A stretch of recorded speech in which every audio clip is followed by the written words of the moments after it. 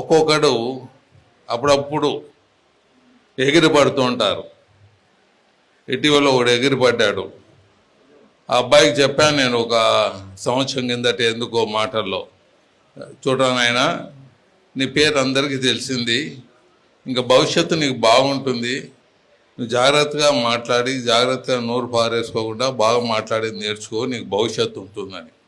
ఎక్కడో ఒక కొనాన వాళ్ళ మీద ఒక ప్రేమ ఉండేది, ఎందుకంటే వాళ్ళ తాత నాకు పరిచయాలు బాగా, వాళ్ళతో చాలా సంవత్సరాలు కలిసిమెలిసి ఉన్నాం కాబట్టి వాళ్ళ పెద్దనాన్న, వాళ్ళ కజిన్ సిస్టర్స్ అందరూ నాకు చాలా ఆప్యాయతగా ఉంటారు డికేట్స్గా. అందుకు వాళ్ళకు ఒక చిన్నగా చెప్పటం జరిగింది. ఇది ఏమవుతుందంటే కుటుంబంలో ఎవడో నికృష్టుడు పుడుతూ ఉంటారు. ఊరైనాక వల్లకాడు అన్నట్లు ఒక కుటుంబంలో, మంచి కుటుంబంలో ఎవడో ఒకడు దరిద్రుడు పుడుతుంటాడు. అటువంటి దరిద్రునికి ఒక్కొక్క తూరు బుద్ధి చెప్పే విధానాలు వేరుగా ఉంటాయి. First time, second time, third time opportunity ఇస్తాము. ఈ రాయలసీమలో ఎంతోమంది మీసాలు దిగిన వాళ్ళంతా మీసాలు దింపుకొని మాతో సహకారం చేయటం జరిగింది. నిన్న టీజీ వెంకటేష్ గారు మాట్లాడారు. 75 ఏళ్ళు 80 ఏళ్ళు వయసు ఉంటుంది ఆయనకి. ఎవరికి?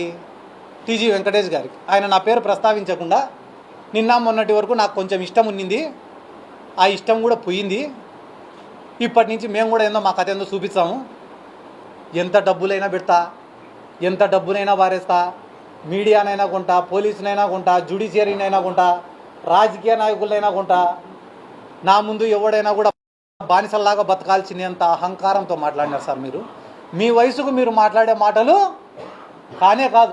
పిల్లల మేమేమైనా మాట్లాడుకోవచ్చు, అట్లీస్ట్ మీ కొడుకైనా మాట్లాడవచ్చు, కానీ సార్ మీరు మాట్లాడే మాటలు కానే కాదు సార్. ఏమంటున్నారు సార్ మీరు? రాయలసీమలో మీసాలు తిప్పుకొని తిరిగిన వాళ్ళు కూడా నా ముందర మీసాలు దించుకున్నారంట. ఎవరో 4 పేర్లు చెప్తే సార్ ఇంటా సార్ నేను కూడా.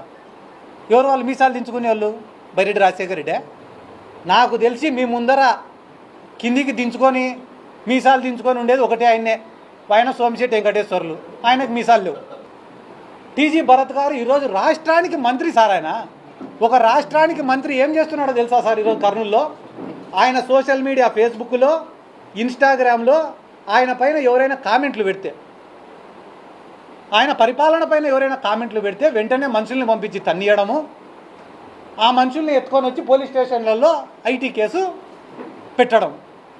ఏ స్టేషన్లో నమోదు కాలేదు. నిన్నగాక మొన్న తాండ్రపాడు పిల్లోడిని కొట్టారు, డోన్ నియోజకవర్గానికి సంబంధించినోడు. మొన్న కిమ్స్ హాస్పిటల్లో పనిచేసే పిల్లోడు, ఆ పిల్లోడు రారా మాట్లాడు అంటే కానీ